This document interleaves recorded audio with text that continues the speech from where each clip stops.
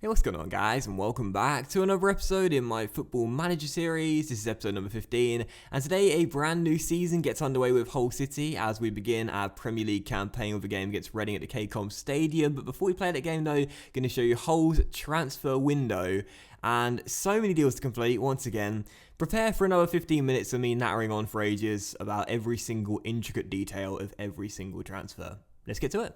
So of course, in the last episode, you saw the end to Season 2 and our initial budgets moving into Season 3. Just like last year, I've signed a lot of players in the summer transfer window, but of course, as always, we will start off with the departures. A few players were given free transfers, including club captain last season, and since I was here, Michael Dawson leaving the club on a free transfer, and also Moses Odubajo, our right back as well, who went into the free agents pool after we didn't give him a new contract. So those two players left on frees, as did a couple of other players who you wouldn't be too familiar with. Will Keane also left the club as well, went to Cardiff for £215,000. A decent little fourth choice striker, but he wanted to leave. Only had 1 year left in his contract after this one, so I said, okay, you can go, that's totally fine for me. And also Charlie Adam left the club after 1 year's worth of service at the KCOM Stadium as well. He's gone to Sassuolo, the Italian side. A bit of an interesting career choice now for the 32-year-old, but I was kind of sad to let him go because we didn't need to let him go. He's only on 20 grand a week with Hull, and he actually did all right in his first season. Played 26 of our 38 league games and picked up an assist as well. It was a nice little squad player to have, but Adam's gone, and we say goodbye to Charlie. But of course, the most important parts of these episodes are the new signings we have made, and just like last season, prepare to spend the next 10 minutes watching me analyse and scrutinise every single deal we've done. But I've made 8 signings moving into Season 3, and I mean, there's a couple of interesting deals in there, let's just say that. But let's just get straight to it anyway, because otherwise we'll be here for literally the entire day. We shall start off with the most uneventful and probably useless signing of the lot. Jonathan Walters has joined the club on a free transfer.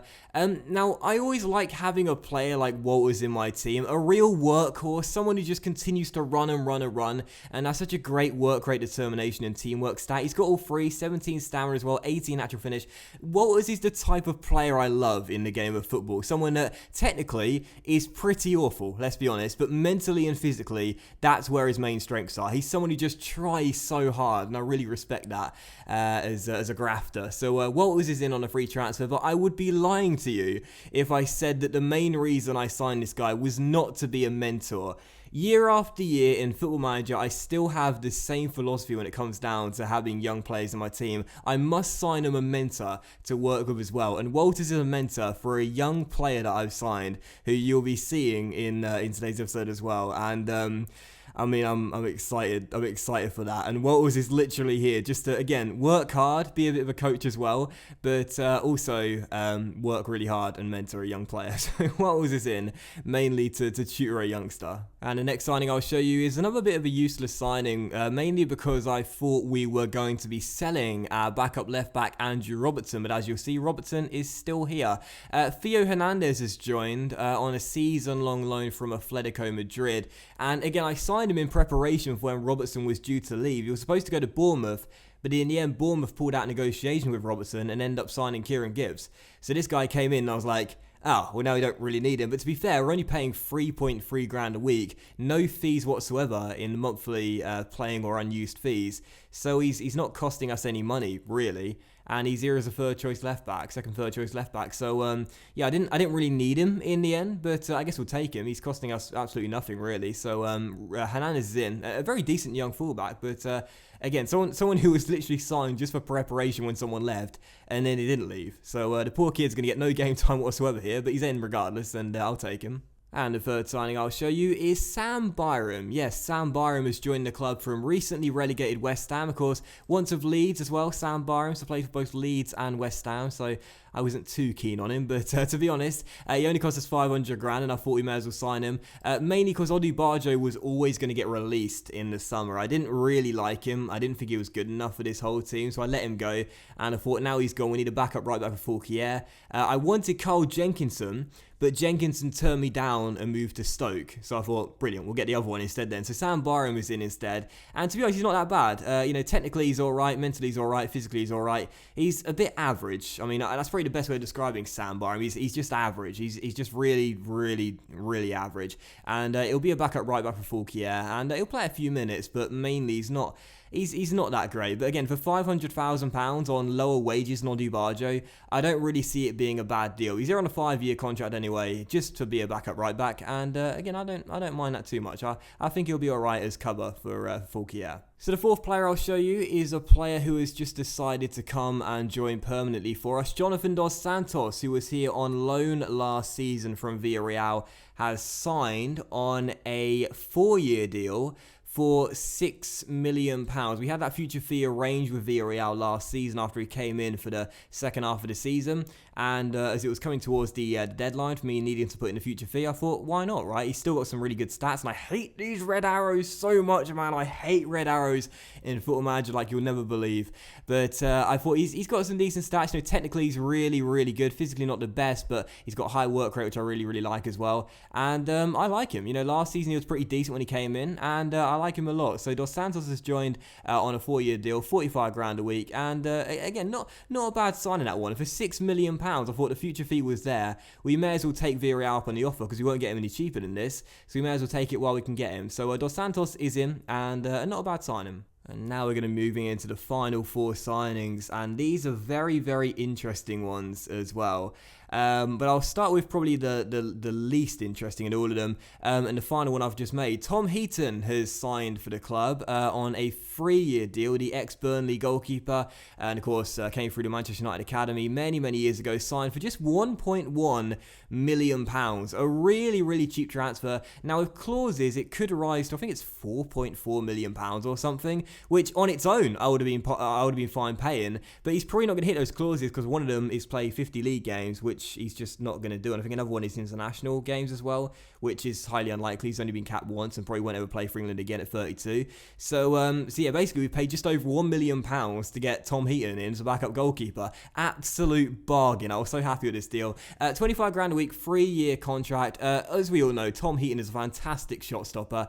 Last year for Burnley in real life was fantastic, and always someone who I think as a goalkeeper, like he screams confidence as well. Like Tom Heaton just screams confidence. I don't know why exactly to me, but I always feel confident with him between the sticks.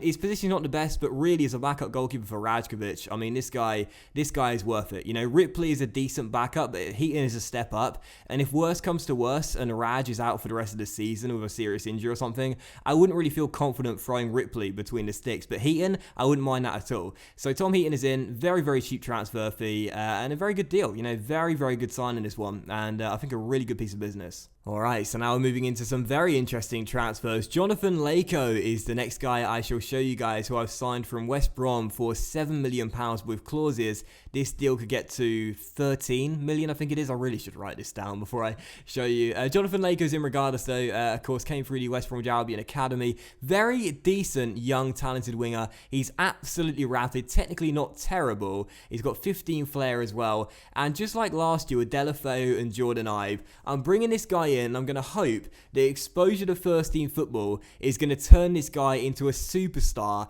at the K-Com Stadium. He's homegrown, of course, coming through the Baggies Academy.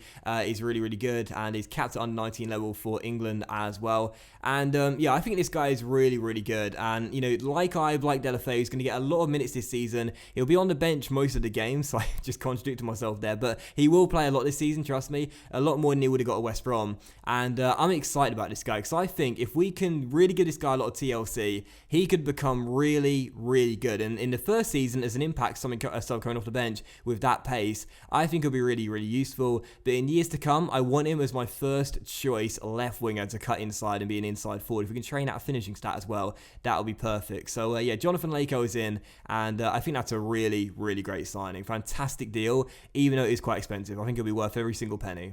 And if you weren't excited about the prospect of Jonathan Leko, I'm sure you guys will be excited about this guy. Berkay Ozcan is the penultimate signing I'll show you guys. Now, this one is just probably the most interesting deal of the lot.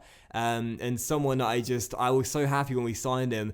He's a Turkish 20-year-old. He's been capped 3 times by the country and scored 2 goals. I've put him on 60 grand a week, and we signed him for £4 million from recently relegated Stuttgart. Now, if you played FM before, you probably know who this guy is, and you're probably thinking, how on earth did you manage to get him? Well, with Stuttgart going down, he put in a transfer request. He wanted to leave the German side, and if you can believe this, we fought off 3 teams to get him: Juventus, Paris Saint-Germain, and Barcelona. Now, when I say we fought off those clubs, I should say they never ended up putting in bids, so we didn't really fight them off, but we fought off their interest, if you will, to sign Ozcan, and he's got some really, really good stats already. You know, first touch 15, passing is 14 right now, long shots 13. Mentally, he's not that bad either, with 15 vision, 15 off the ball, 15 flair as well. Physically, natural fitness is 16, balance 17 as well. He's got some really, really nice stats, and despite the fact he is a cam and we play with central midfielders here,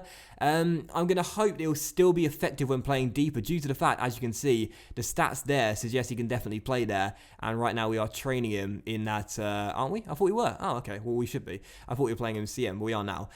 So we're training him CM, and hopefully he'll be a lot more effective through the central midfield area on the pitch. So yeah, Ozcan is in, and I'm so excited about this guy. And you know, I think the best thing about it is that we managed to get rid of any low minimum fee release clause. I put in a £60 million one to sweeten the deal, so if he ever does get really, really good, we'll make a serious profit on the guy of 56 million. But there's no low minimum fee release clause for the guy to get poached away after 1 or 2 years, and that's the best thing about this deal. So it's an expensive contract, but I think as this guy will be in the first team a lot, he's going to get a lot of exposure to first team football, and I think this guy could become really, really good. He's one of those wonder kids that grows really, really nicely in FM, and I'm hoping he'll do really well for us as well. So Ozcan is in, and a great signing. Now let's move on to the final signing, and this is unbelievable. Now, just before I show you the 8th and final signing I've made, I do want to say, if you are new to the channel, then this is the type of thing to expect throughout the series. I love bringing in young talent, signing young players, and making them absolutely fantastic and legends of the save as years go by, and treating them as like my children, you know? So welcome to the club with that in mind, 17-year-old Brian Donnelly. Yes, Donnelly is the final signing I'll show you, because he is surely the most exciting of the lot, and that is saying something with the signings you guys have seen today. 17-year-old Scottish striker who I think could set the Premier League alight as the years go by. And the best thing about this guy, the best thing about long-faced Brian Donnelly, is this: he can become homegrown at Hull. Now, if you watched my Swansea save last year, you'll know I've got a real big fetish for signing players that can become homegrown at the club, because I find it so hard to bring through academy talent naturally. So I tend to sign my own, really. And Donnelly could become homegrown in 3 years. And I'm really excited for this guy. What can I say? I'm really, really excited for this guy. He's 17 years old. He's already been capped by Gordon Strachan, Scotland. He's on £7 grand a week for 3 years. And he's got some great stats already. Finishing 15, off the ball 16, first touch 15, heading 15, acceleration 14, agility 15, pace 15 as well, technique 15, and not to mention a 13 rating for flair, 14 rating for anticipation, and determination already 17 as well. And of course, this is why I signed Jonathan Walters. You guys knew you were going to expect to see a striker today that was getting tutored by Jonathan Walters when I showed you him. Yeah, Donnelly is getting tutored by Walters, and I'm so excited. I'm so excited. Now, he's cost us £4 million with clauses that could get to £10 million. And you're probably sitting there thinking, really?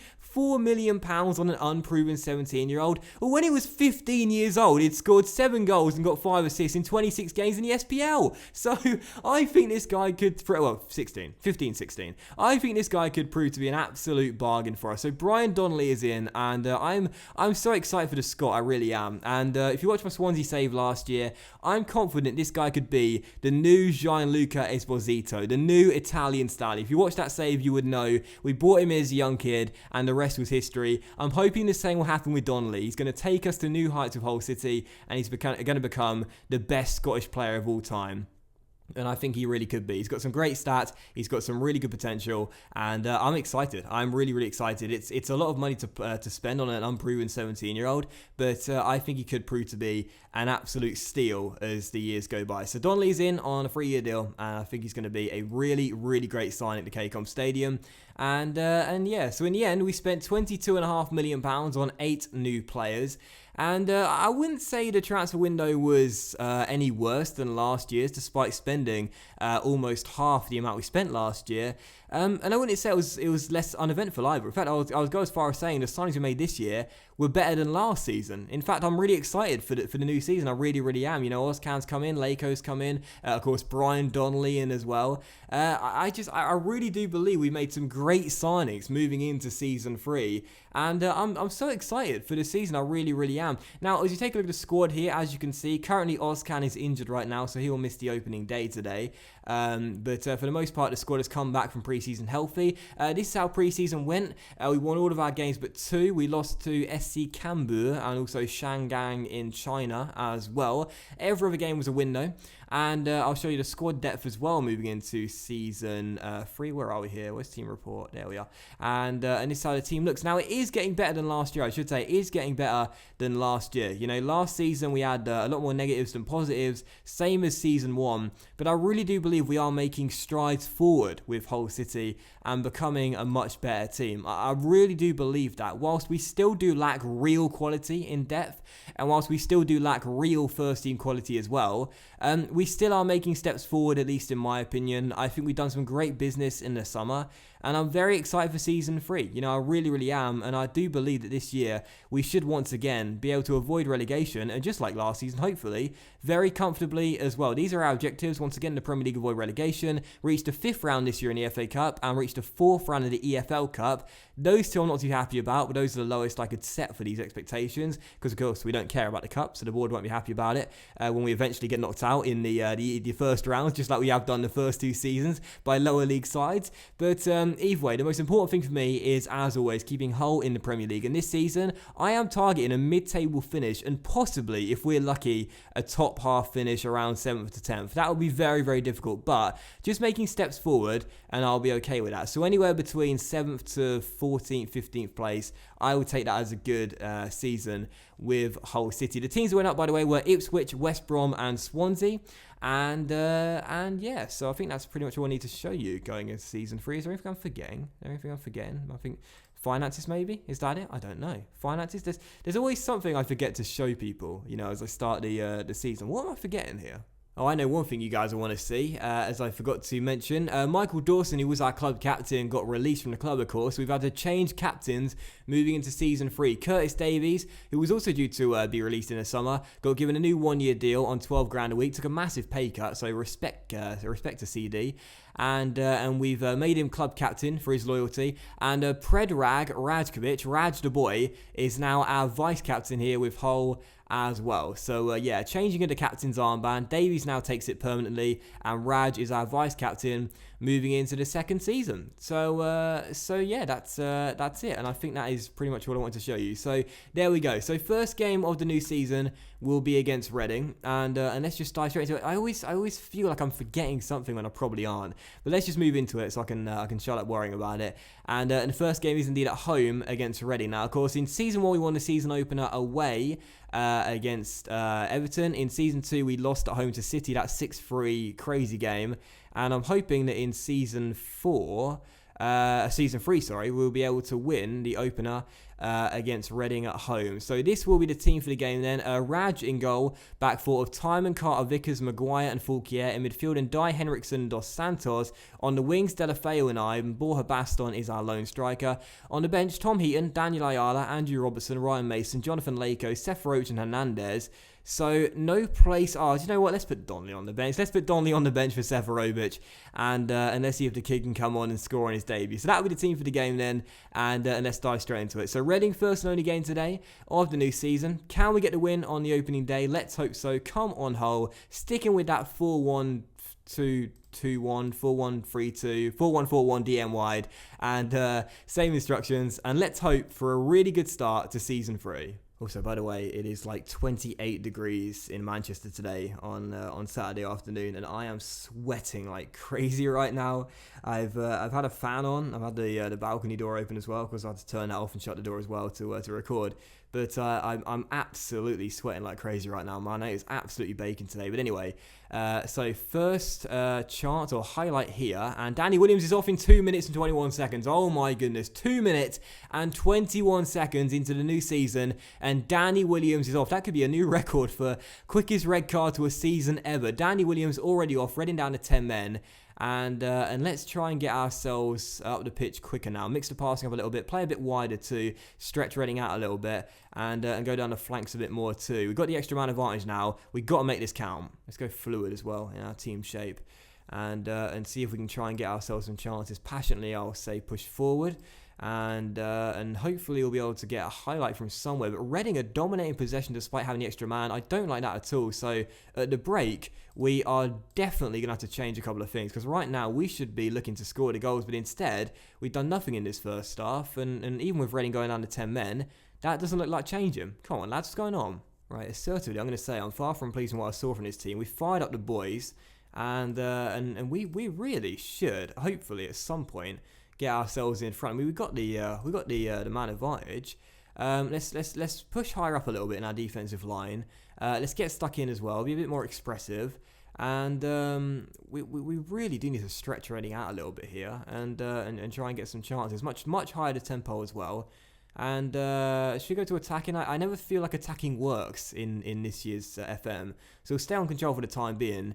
We'll stay with the same formation as well and line up too, but things will have to change at some point, because right now nothing being created, and Reading are continuing to dominate possession despite having a man less than us. Right, first highlight, and it could come to us as Fulquier intercepts and wins it back. Come on, Hull, let's get some chances. Jonathan Dos Santos spreads the play and finds Delafeu. He's got Timon with him down the left-hand side. He'll give it to the left back. He crosses to the middle. Oh, it's going to go in. It's gone in of Hull City's former defender, Paul McShane. How about that? For a turn of events, Josh Timon whips the ball into the middle. An ex-Hull defender, Paul McShane, has put the ball into the back of his own net. He spent many years at Hull City, Paul McShane, and he's just had an absolute shocker. Passed the ball casually into the bottom corner and makes it 1-0 to the Tigers. We go in front just after the restart. Perfect start. I would have preferred one of our players scoring, but we'll take it anyway. We're in front, and thank goodness for that. I'll tell you what, Borja Baston has done nothing. So let's bring on the kid. Let's bring on Brian Donnelly and give him a go up front. So Donnelly on for his first appearance, 17 years old. And let's see if he can get a debut goal. And straight away, Ndiaye finds Delafeu, who comes inside, keeps on running. Donnelly gives it to Ibe, and Jordan Ibe slots it in. It's not a debut goal, but a debut assist for the 17-year-old. Teamwork, working together, absolutely love it. Not taken by the occasion, plays selfless, gives it to Jordan Ibe, and Ibe makes it 2-0. Brian with a composure, picks out his teammate in a better opportunity, and Ibe slots it home to make it 2-0. Point surely in the bag now. Brian Donnelly, well done the kid. So still 2-0 to Hull. Another highlight here with just over 17 minutes to play as Ryan Mason off the bench finds Jordan Ibe. Can we get a third goal here as Ibe goes down his right-hand side, crosses. Cooper fails to clear it, but Moore does now. I want Donnelly to score as Fulquier gets on the ball and the right back finds Jordan Ibe in towards Donnelly, flicks it onto Delafeu. Brian Donnelly is not a goal scorer, he's a goal maker. Is that right? Maybe. 3-0 to Hull City and a second assist for the 17-year-old. He doesn't want to score. I've brought him to score, but he's too selfless. Flicks it onto Delafeu with a chest, I think it was. Perfect half volley. 3-0 Hull City. What a start to season 3. So just about to see the final whistle be blown any second now. Hull City 3, Reading 0. The perfect start for our third season at the KCOM Stadium. And for Brian Donnelly, comes off the bench and gets 2 assists. Absolutely brilliant work from the kid. Although, I was going to say it didn't get shown. I was looking there. There it is, 2 assists for Brian Donnelly. And a really brilliant debut win for the Tigers in Season 3. And I'm absolutely delighted with that performance. Really, really great display. And start as you mean to go on. Hull City up to second place after the first match day.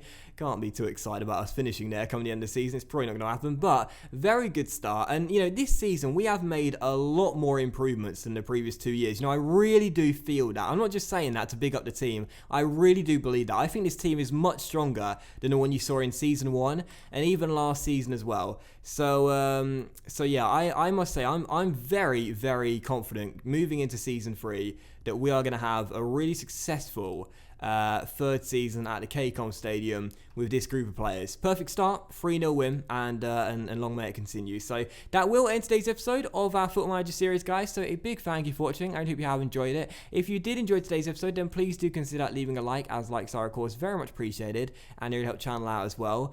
I shall return with 2 games with our Tigers, and we shall come back outside the summer transfer window with games against, I wouldn't mind playing Ipswich as they're a new promoted side, and we could do Ipswich and Watford here maybe, or we're not too sure actually. Do you know what, I'm thinking about how I want to plan it for the next episode afterwards. I don't have too many games off camera, because last season we got through the season so quickly, because not much was going on, to be fair. We were safer all season long, but I'll tell you what, we'll come back for games against West Brom and Chelsea actually. We'll come back for games against West Brom away at the Hawthorns and Chelsea at home. And then afterwards we'll decide what to come back for in December, so we can sort of have a nice little mixed, nice little sort of like even break between the 2 episodes there. So we'll come back for games against West Brom and Chelsea, and see how we're getting on. So thanks for watching the episode, guys. Hope you have enjoyed the season opener. If you have, then please do leave a like. Much love to you all. Enjoy your Sunday. Enjoy the weather today, because I'm sure it'll be just like today, absolutely baking. And I shall see you for the next episode of our Football Manager series with Brian Donnelly's Hull City very soon.